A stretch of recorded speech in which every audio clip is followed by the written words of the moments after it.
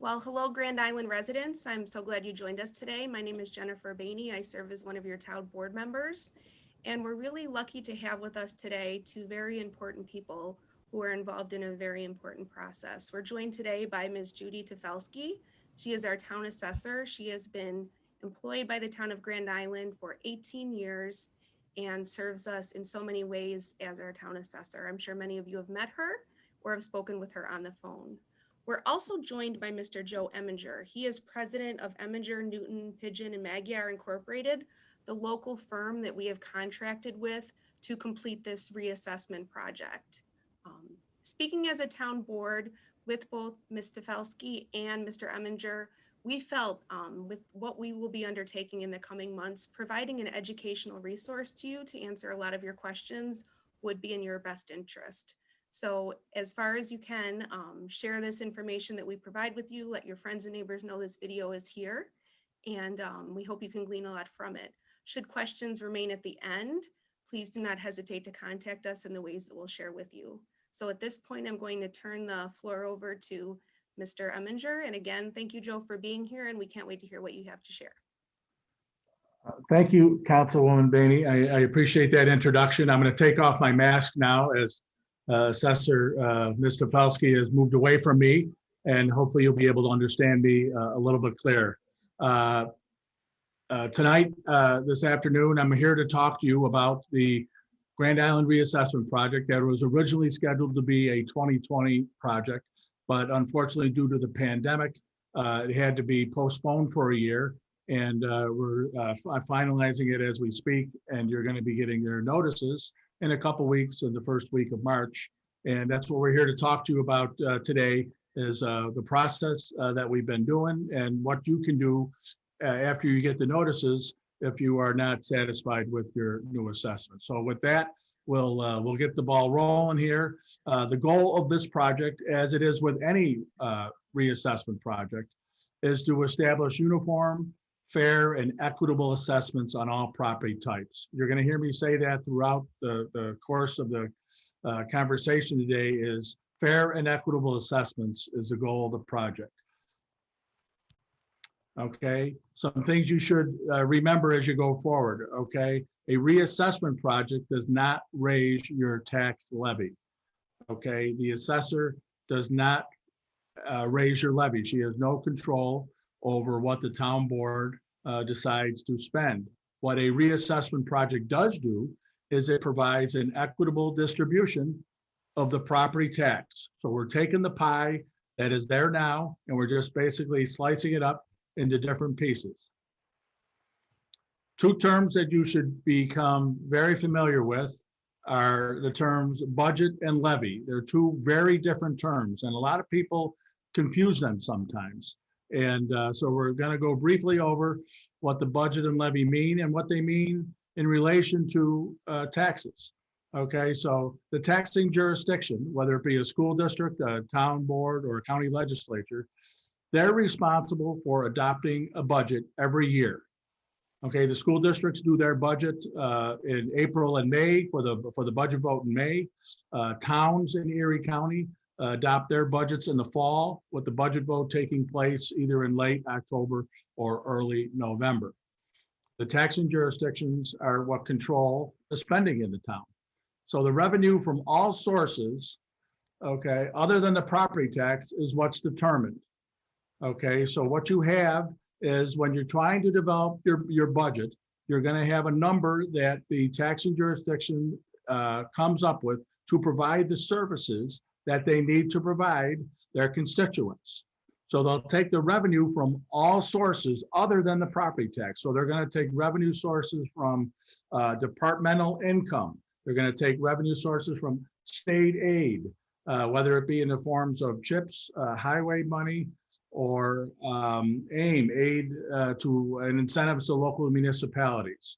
They get all those revenue sources, and then they come up with a number that has to be derived at from, after you deduct that from the appropriation number, and that number that they arrive at is the number that has to be levied as a tax, hence the term tax levy. So you They have the total appropriations, what you need. They subtract from that all the revenue that they anticipate receiving, and that number at the bottom is the tax levy. Okay, and that's the number.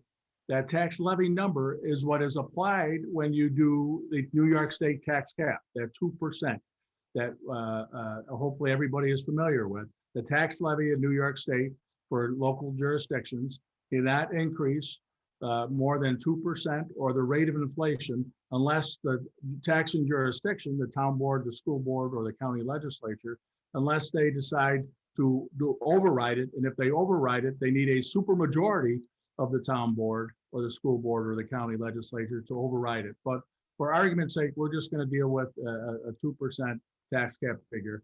And that's the number that it has to be raised by taxation. And that's the key figure, in my opinion, that you should be spending your most attention to every year, not only this year, but every year when the school board does their budget, when the town boards do their budget, and when the county legislators do their budgets. Because if they're keeping the tax levy relatively flat, that means your taxes will be relatively flat.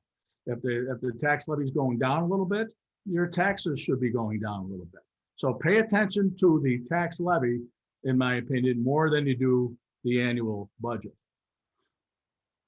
Again, there are two additional factors that go into the levy that determine your property taxes. The tax rate is a very important term.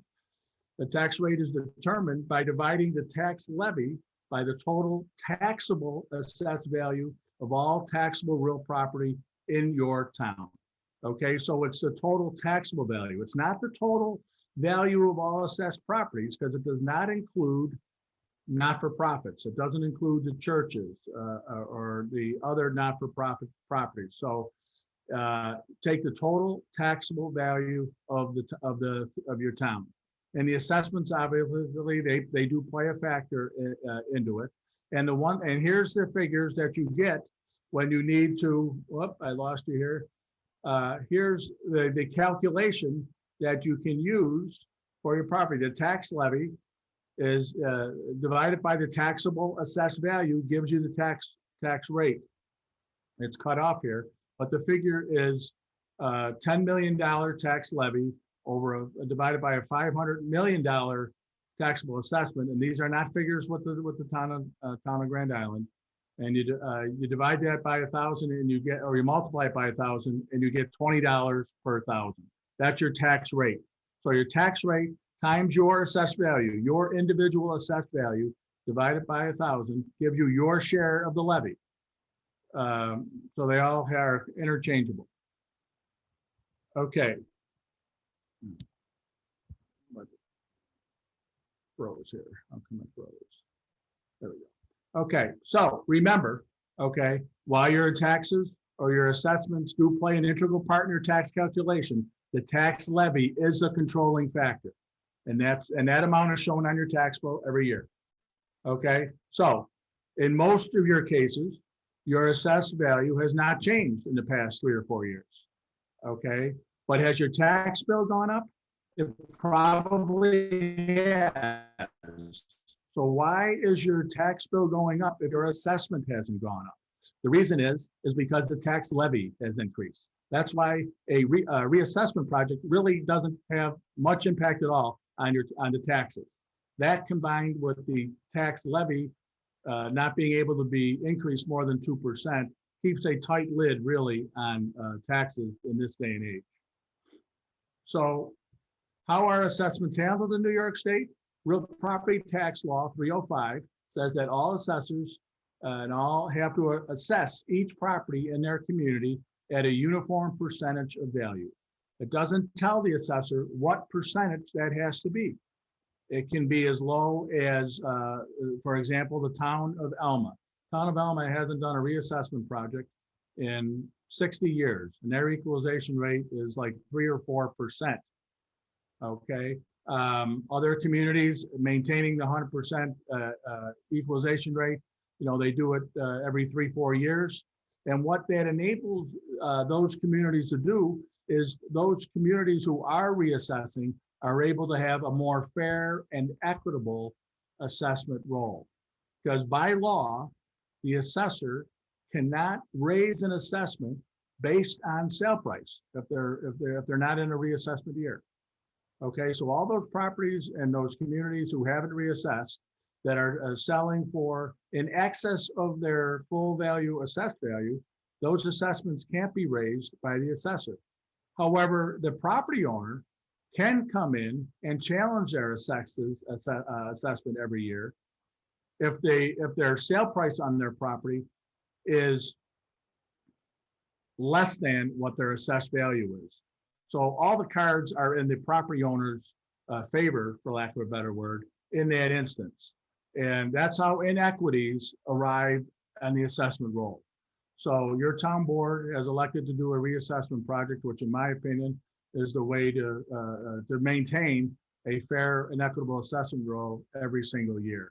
And market value is defined as the most probable sale price in a competitive and open market with a willing buyer and a willing seller. Okay, market value does not mean any sale is considered to be a good sale. It has to be a willing seller and a willing buyer with no duress. Okay, the tax bills, as I indicated a little earlier, the tax bills must display the uniform percentage of the equalization rate. Those are shown on every tax bill that you just got. If you're just paying your town and county tax bill in the past month, or you're going to be paying it next week, look at the tax bill. It'll show you the equalization rate or the uniform percentage, and it'll give you the full value of your assessment. This year, the equalization rate prior to the reassessment project is at 85%.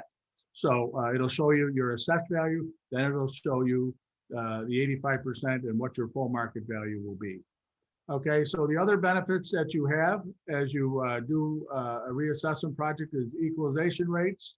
Okay, and your equalization rates, when you are at 100%, you get the full star exemption, which everybody I'm sure wants, not a percentage of the equalization rates, as well as your veterans and other exemptions get the full exemption. So that's a very important fact, but the most important fact is that your new assessed value will be telling you at 100% value what your property could sell for. And that's the important thing. So here we are. I said this before, equity is the goal of the project, any reassessment project. And New York State requires that every property within the municipality be assessed at the uniform percentage of market value. And when that exists, you have, it's fair and equitable, okay? This is a valuation project. This reassessment project is a valuation project. It is not a taxation project. So if you, when you get your notice in a few weeks, if you have an issue with the taxes that are projected on that's going to be shown, and we're going to talk about that in a few minutes. If you have an issue with the taxes, do not call the assessor's office or the number that I'm going to provide you at the end of this presentation.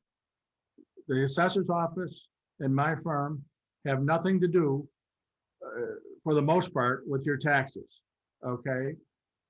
If you have a problem with your valuation of your property, that's when you need to call the number that I'm going to provide you, and we can talk about your property. You should schedule an informal hearing, and we can talk about your property. So questions on value, call my firm. Questions on taxation, don't call my firm. You need to talk to your school board, your town board representatives on taxation. Okay, so equity versus inequity. Okay, so property, if one property in the neighborhood is significantly underassessed, not only are they paying too little in taxes, but the other property owners are subsidizing that property's tax bill.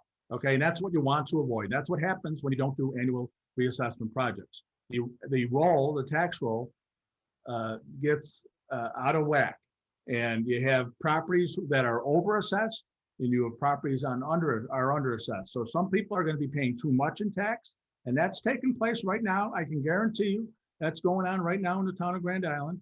And there are people who are underassessed, and that's taking place too. So what we want to do is we want to bring everybody into equilibrium, that everybody's just paying their fair share of tax. We live in the United States of America, New York State, and we assess properties in New York State what they call an ad valorem system. That means at value, at market value.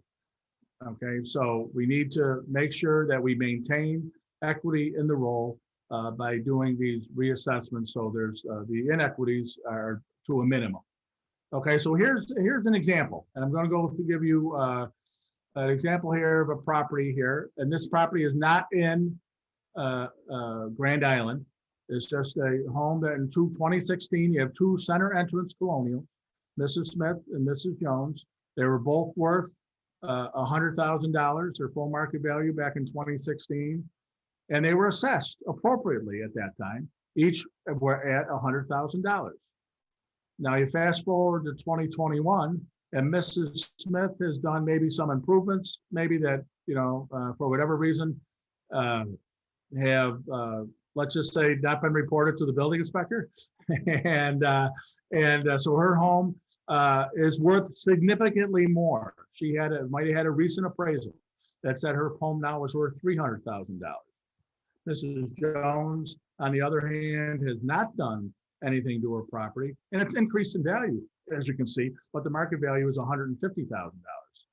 The assessed value, because they haven't done a reassessment project for both those homes, even though one is worth twice as much as the other, the assessed value on both those homes remains $100,000. So what happens in those instances is that Mrs. Jones is subsidizing Mrs. Smith's taxes. Okay, so that's what we need to avoid. So three things are going to happen, or can happen, with your assessments versus the taxes, and I'm going to go through quickly what can happen. Okay, the first item is your assessment could increase and your tax bill could decrease. Okay, and people sometimes don't believe that can happen, but I'm going to show you how it can happen, and it's going to happen to a lot of people here in the town of Grand Island, where your assessment is going to increase and your tax bill is going to decrease. And how that happens is, over on the left-hand side, you have your assessment last year at $100,000. The total taxable value of the town, and again, this is hypothetical, it's not the actual numbers, just shown for example purposes, is $50 million. The tax levy for the town is $1,500,000. And the tax rate, and I'm going to, how you get the tax rate then. So you take the tax rate, if you go back to that formula that I showed previously earlier in this slide presentation, you take the tax levy, the $1,500,000 or $1,500,000, and you divide that into the total taxable value of the town per thousand. So that 50 million becomes $5,000. If I do my math right. And so, and that's how you get the $1.5 million divided by 5,000, you get, or 50, it becomes $50,000. I'm sorry, it becomes $50,000. And then, so you take $1,500,000 divided by $50,000, and you get $30 per $1,000 of assessed valuation. And you take that $30 per thousand and you apply it to your assessment, and that $100,000 becomes 100 because you're doing it per thousand. And that's how you get your taxes at $3,000. Then on the right side, your tax assessment is going to go up this year $5,000. So your assessment is $105,000. The total taxable value of the town went up 8%. So it's now $54 million. The total taxable value of the town is another key figure that you should pay attention to when the figures come out later this month, early in March. So that's what the percentage the town taxable assessment goes up is going to tell you something. Okay, so the total taxable value of the town went up to 54 million. The tax levy stayed the same. So the town fathers and mothers, they left the levy at $1,500,000. The tax rate now is calculated at the $1,500,000 divided by $54,000, and the tax rate lowers. So you have a tax rate now that is down to $27.78 per thousand. You take that times 105, your assessment, and you get an assessment or a property tax bill now of $2,917, a decrease of $83. I can guarantee you one thing this year. Well, I can guarantee probably a couple things, but the one thing I'm going to guarantee you with this project the tax rate is going to decrease in the town. So don't take your new assessment and apply last year's tax rate. That'll drive you insane. Anxiety levels will go up a lot to do that. The tax rate is definitely going down in the town of Grand Island next year. Okay, so that example gives you your assessment going up and your tax bill going down. The next example has your taxes increasing, or your assessment increasing, and your tax bill could stay the same. Okay, the example on the left is still the same as before. Now the example on the right changes a little. Your assessment went up 5% still to the $105,000. The total taxable value of the town went up, the same as in the previous example, 8% to $54 million. But here's the difference. The tax levy had to go up 2.86%. So they had to get a super majority in this example to increase the levy 2.86%. And now the levy is $1,542,855. So the tax rate now is $1,542,855 divided by $54 million. That gives you a new tax rate of $28.57. And you apply that to your $105,000 assessment, and you have the same $3,000 tax bill, even though your assessment went up to 5%. So there is another example that I didn't get into previously about the tax levy, and I'll harp on that. There is one other example where municipalities, taxing jurisdictions, can go over the 2% number or the rate of inflation. And that is if they stayed under the tax levy the previous year. So if the previous year they went up, their increase in the levy was 1.5%, they could get a 0.5% increase on the next year's levy. Whenever you talk numbers and levies and budgets, the numbers get a little confusing. I know it might be complicated. If anybody has any questions of what I'm going over today, I want you to call the number at the end of this presentation, and I'll be happy to talk to you and explain it further if it need be.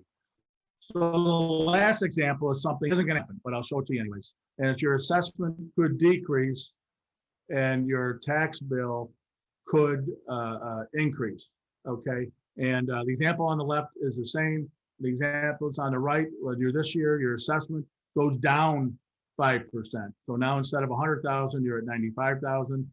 And the total taxable value of the town instead of going up 8%, it went down 5%. This example isn't going to happen because I'm here to happily tell you that the taxable value of the town did go up and it went up significantly. Okay, so this example won't happen. The tax levy went up to 2.86% again. So you get a little higher tax rate. So you apply the higher tax rate by the $95,000 assessment and you get a slightly higher tax bill. So the third example won't happen. The first two examples that I showed you will definitely happen here in the town. Okay, so just some things to remember. Your property taxes are based on value. The ad valorem mention that I did a few minutes ago. And value is defined as market value, what a willing buyer and seller will pay in an open and fair real estate market. Okay, we want you to only pay, or you want to only pay your fair share of the tax pie. Everybody has to pay taxes. The key is making sure that you only pay your fair share of taxes. Okay, so remember that. So when you get your notice in a couple of weeks, if the opinion of market value is pretty close to what you think you could sell your property for, you really don't have any issues with the reassessment project. Okay, so here's the pie. Okay, here's the pie that I've been talking about, and nothing your assessor do can change the total value of the pie. Anything they can do, they can only determine what the proportional amount you pay. Okay, so I'm going to say it again. Nothing your assessor can do can change the total dollar value to be raised. The assessor does not control the tax levy. Okay, that's controlled by the taxing jurisdictions, the town board in this case. So he or she can only determine the proportionate amount that you pay. So why are reassessments necessary? As I one of the main reasons, especially over the course of the last 5, 6, 7 years, is the real estate market is constantly changing. If you paid any attention in the newspapers, on the TV, okay, the market value of properties in Western New York, all over Western New York, has increased significantly over the past 5, 6 years. And that's a good thing. You know, in most cases, people's real estate is their largest asset. You want your largest asset, I would think, to increase in value. Okay, so that's one reason why it should be done. Not all properties will change at the same rate. You have properties on the waterfront that are increasing at a different rate than those properties that may be increasing over on Whitehaven Road, okay, and all throughout the town. Okay, so when you have an equalization rate now of 85% that the state applies to the town, when you use the equalization rate, that's applied to every property in the town, every property. So, and we all know that properties raise or decrease, decline at different rates. Okay, so it's really not fair. Different neighborhoods change as compared. One neighborhood increases or decreases in value as opposed to another neighborhood. So not all properties will change. Another reason why you do a frequent reassessment. And as the values change, so does your share of the tax levy. And gets back to, you only want to pay your fair share of taxes. So we encourage everyone to participate in this project and to, you know, pay attention going forward, not only this year, but pay attention to what your town board and what your assessor is putting on your property. So how was your market value determined this year? Okay. Well, the first thing is the assessor in my firm did not create the market value. Who creates the market value? You create the market value. The buyers and sellers in the marketplace create the market value. Okay, all we do is we assemble. The assessor assembles the data from these sales. Okay, so the assessor monitors and analyzes the transactions, and they establish market value estimates for the real property. And the assessor uses 5 sales on our valuation document on each property in the town, rental property. 5 sales are used to determine what your property is worth. In the market we live in today, okay, we have a lot of people, a lot of buyers paying significantly over the asking price. So the question that is presented to us as the contractor is, how do you handle such a situation? Because are you going to be penalizing those buyers and their assessments for their when they bid up the price? And the answer to that is no. Okay, we use 5 sales. Is the subject sale going to be one of the sales that we consider? Yes, but there's going to be 4 other sales that also are being considered. So as a rule, okay, we don't go to the sale price. Could it go to the sale price just because the other 4 sales support that sale price? Absolutely. But we're not going right to the sale price based on the sale because of the times we find ourselves in with a lot of people paying over asking price. And we think that's the fairest way to arrive at a market value estimate. So you will see maybe your property or your neighbor's property be less than what they paid for, okay, in some instances. So don't get alarmed from that. That's not a mistake. That was done intentionally to reflect market conditions. So what drives the market value? The 5,000-year-old adage that we've all heard: location, location, location. Still the #1 thing that drives real estate. Okay, properties on the water are very desirable. Okay, not only in Grand Island, but in the town of Evans, in the town of Hamburg, along Lake Erie. Those are more desirable locations, and it's evidenced by the sale prices that these homes are getting. So location is key. Second thing, some locations are more desirable. Again, lakefront location, lake view. Some people want to work closer to a city, and others may want to have more land, and they want to, have some acreage with their property. Those are things that affect market value. Here's some things that other things that drive market value. Economic influences. Okay, some of these things you have no control over, I have no control over. Economic influence may be one of them. Okay, if we go into a recession, that's an economic influence that could affect value. You would think that the period that we find ourselves in now, in the middle of a pandemic, you would think that that would have affected the market value of residential homes. And unfortunately, I guess, that hasn't happened. We're seeing quite the opposite.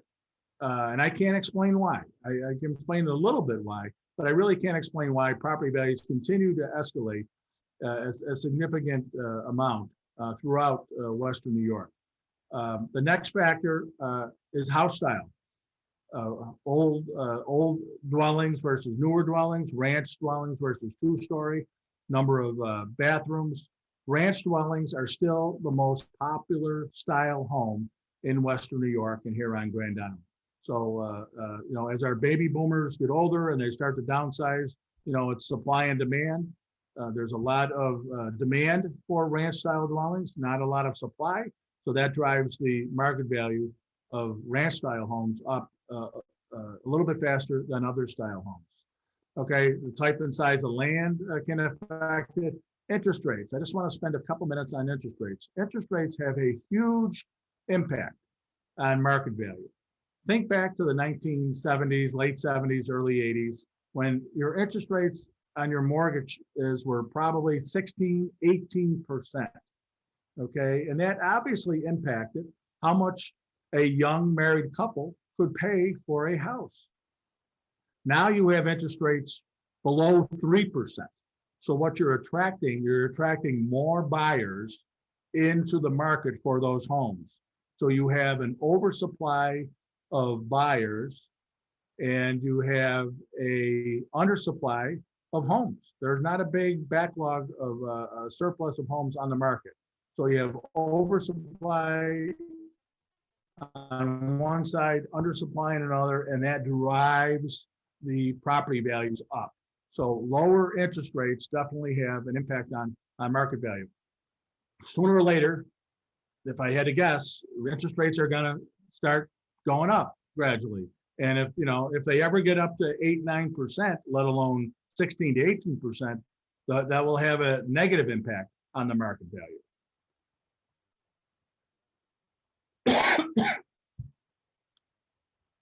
So the question you have to ask yourself, the $64,000 question, okay, as I alluded to earlier, when you get your notice that first week of March, there's a market value estimate that you see on your disclosure notice. Is it a reasonable representation of what you could expect to receive for your property? That's the bottom line. After all I just told you and went through, okay, if you think it's close to what you could sell your property for, you can rip up the disclosure notice and you don't have to do a thing. Okay, your work is done. Okay, here are some important dates. Okay, that you should be aware of. Okay, the impact notices are going to go out in the beginning of March. Okay, the informal hearings, we're going to get into that in a little bit. We'll start in March. The notification of the hearing results. Those people who come in. Let me take a step back here. What's an informal hearing? Maybe you don't know what an informal hearing is. Okay, an informal hearing is a one-on-one conversation that you're going to have this year over the phone with a representative from my firm, ENPM.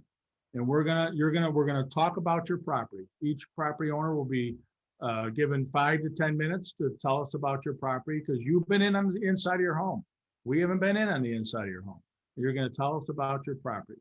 Okay, and we're going to ask you over the phone at that time if you want to send us documentation. We're going to give you an email address that you can send it to.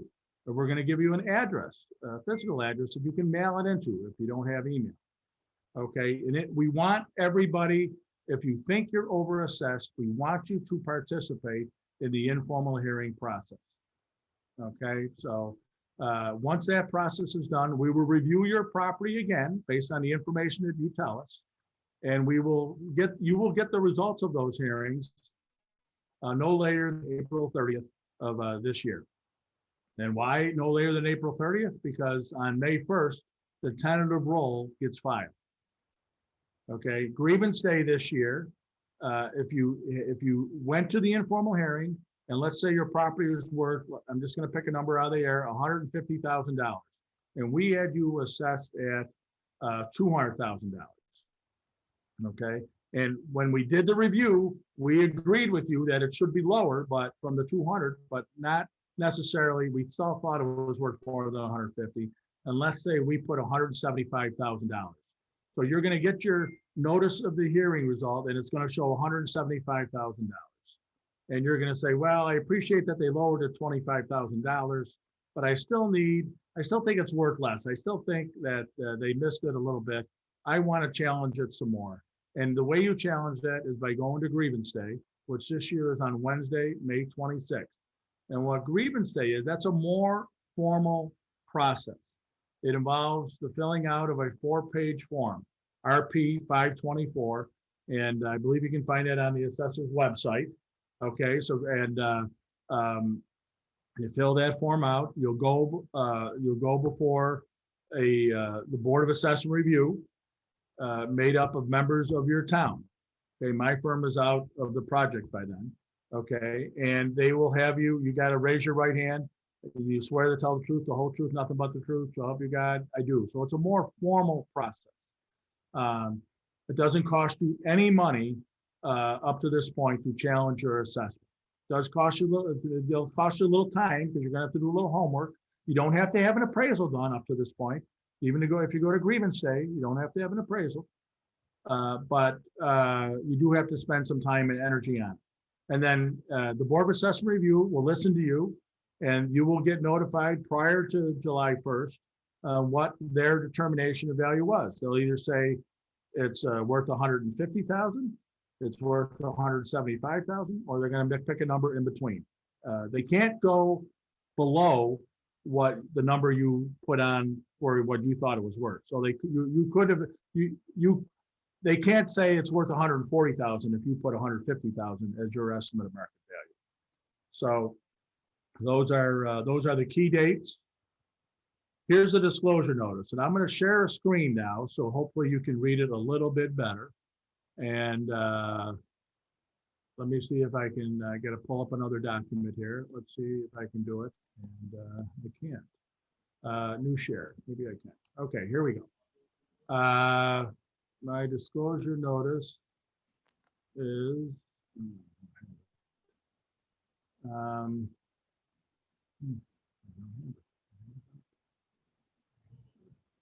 Joe, it's great if you are able to get it. The notice that you have on there is part of your slideshow.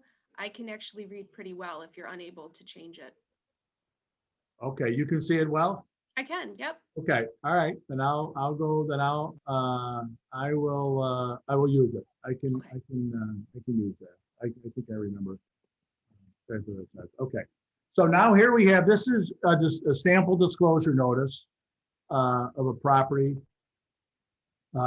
Again, you can see by the owner's information, it's my name with a fictional address here in Grand Island, but this is actually what it's going to look like, okay? It's going to have your owner information, it's going to have your parcel number, parcel information up on top, what they call an SBL number, and then it's going to say homestead. Residential properties are considered homestead, and then to the right of that is a very important heading, and that's exemptions. If you are currently getting a STAR exemption, an enhanced STAR exemption, a veterans exemption, disability exemption, those should all be noted in that column under the heading exemptions. If they are not, you should call the assessor's office and question it about that, because you want to make sure the town board wants everybody who is eligible for an exemption to get the exemption that they qualify for. Not everybody qualifies for it, and you have to apply for them. Okay, you have to apply for them.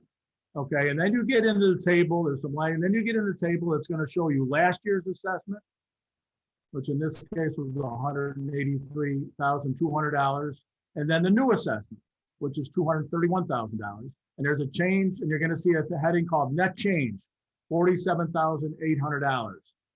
That's a very misleading figure. This form is a state form. The county doesn't come up with this. Your assessor doesn't come up with it. My firm doesn't come up with it. This is the form we have to live with.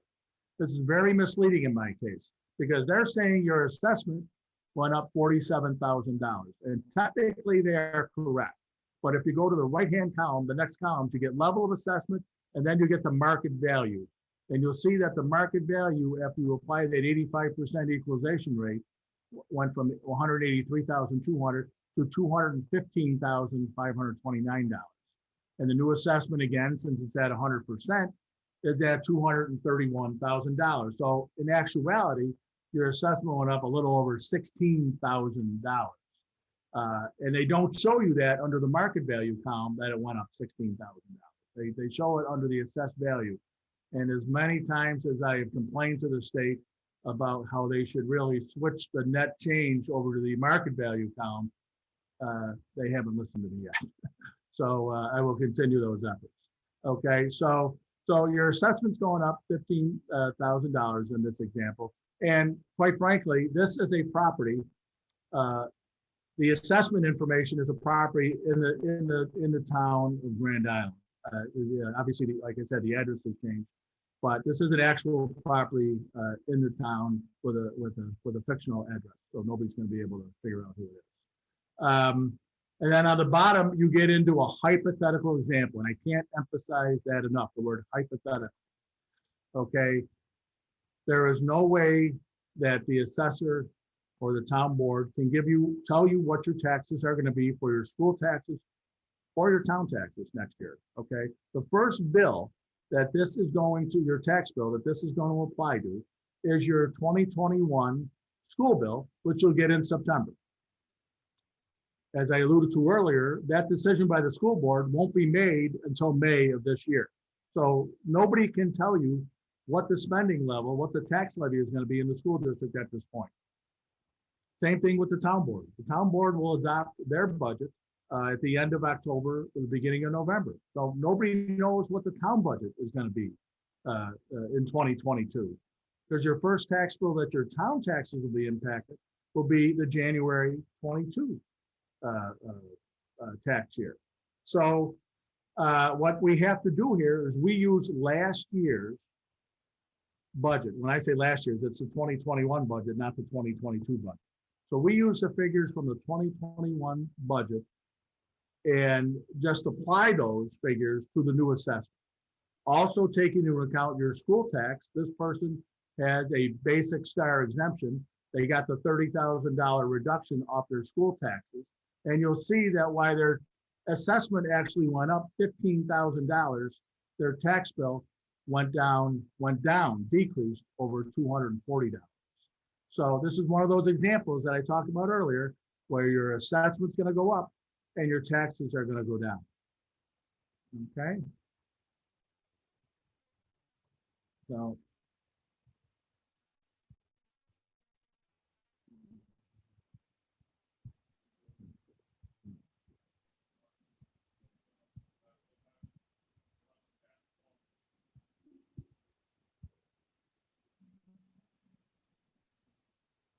there we go. A little technical difficulty. All right, so here we go. So what can you do if you have questions and concerns regarding your assessed value? Okay, most information will be available at the assessor's office, which is open to the public following COVID protocols though, okay? All the information is gonna be on the town's website, okay? The information is not gonna be, it says it here, the information is not gonna be available in the libraries due to COVID. So we want you to go to the town website. You're going to be able to get all the sales in your neighborhood. There are multiple neighborhoods in the town, and every property is compared to sales in those neighborhoods. We're not taking sales of waterfront properties and applying them to other parts of the town, okay, and vice versa. Okay, so you're going to be able to get those sales on the website. Appointment for your informal hearing, you can call anytime after you receive your notice, up till and including March 18th. And that number to call for the appointment, and this number is correct. This number is correct to make your appointment for the informal hearing, and that number is 559-1952. That number is correct. Okay, that's to schedule your informal hearing. If you have a question, about what you received, you should call 4,300. And we'll show that number again later on in the presentation. So for questions on what you receive in the mail, you call 453-4300. And to schedule your appointment, it's 559-1952. And what's going to happen is one of the people in our firm is going to call you at that scheduled time. So you got to be by your phone at that scheduled time when you schedule your appointment. Okay, so what are you going to do? You want to get comparable sales of similar style homes. Those are going to be on the website. You'll be able to look at all the homes. You want to make sure you're using arm's length sales that have occurred in the last 3-4 years. Okay, by arm's length, I mean, they have to be valid sales. A foreclosure sale is not a valid sale. Not all estate sales are valid sales. So it can't be under duress. You want to make sure that you're using arm's length sales, what we call valid sales.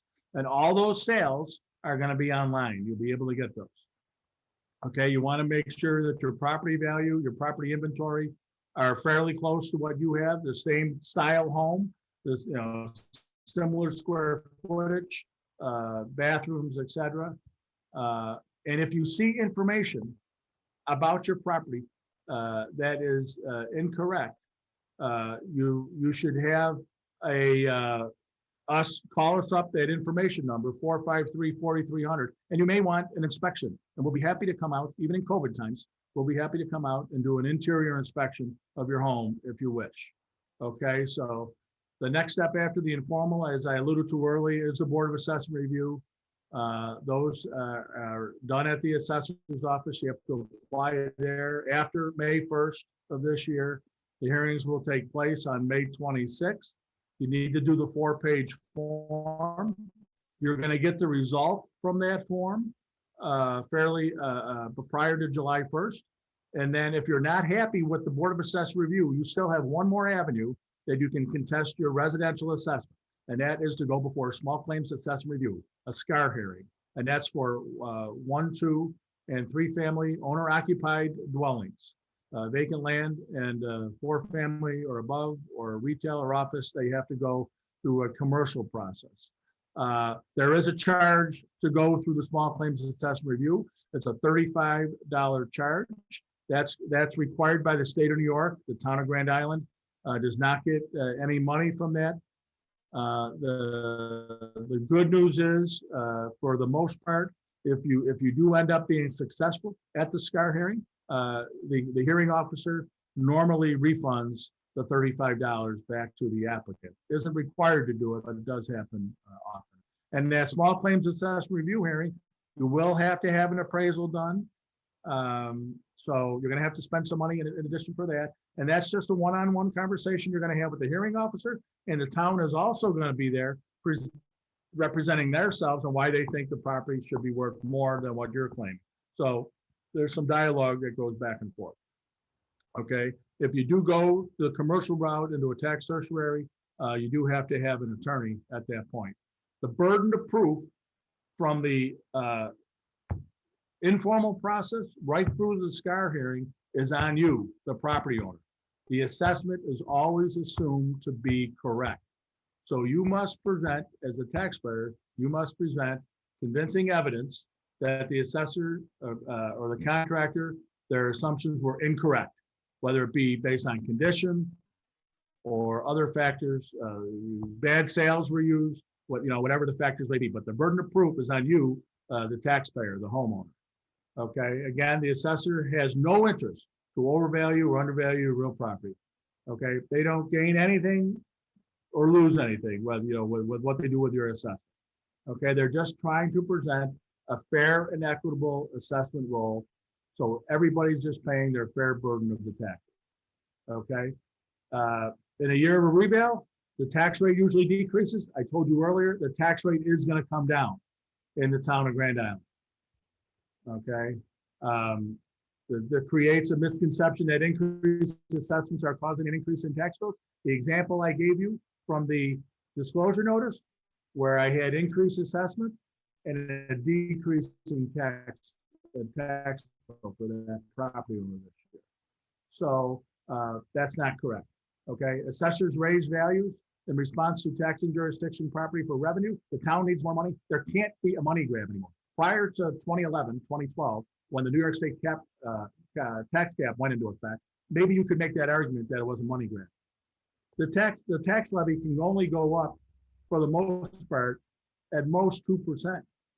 Okay, so there's the pie isn't getting much bigger every year, so it's not a money grab by the town board in any way, sense, or means. Okay, values change because the economic changes measurable in the marketplace. As we said, things are changing. The marketplace, the values are going up now. We got to reflect that in the marketplace. And the tax rate should drop proportionally to the assessment increases. Okay, and that's what you're going to see. The assessments are going up this year, but the tax rate's coming down this year. One of the things you want to pay attention to is that I alluded to a little earlier, is the increase of the town's taxable assessment.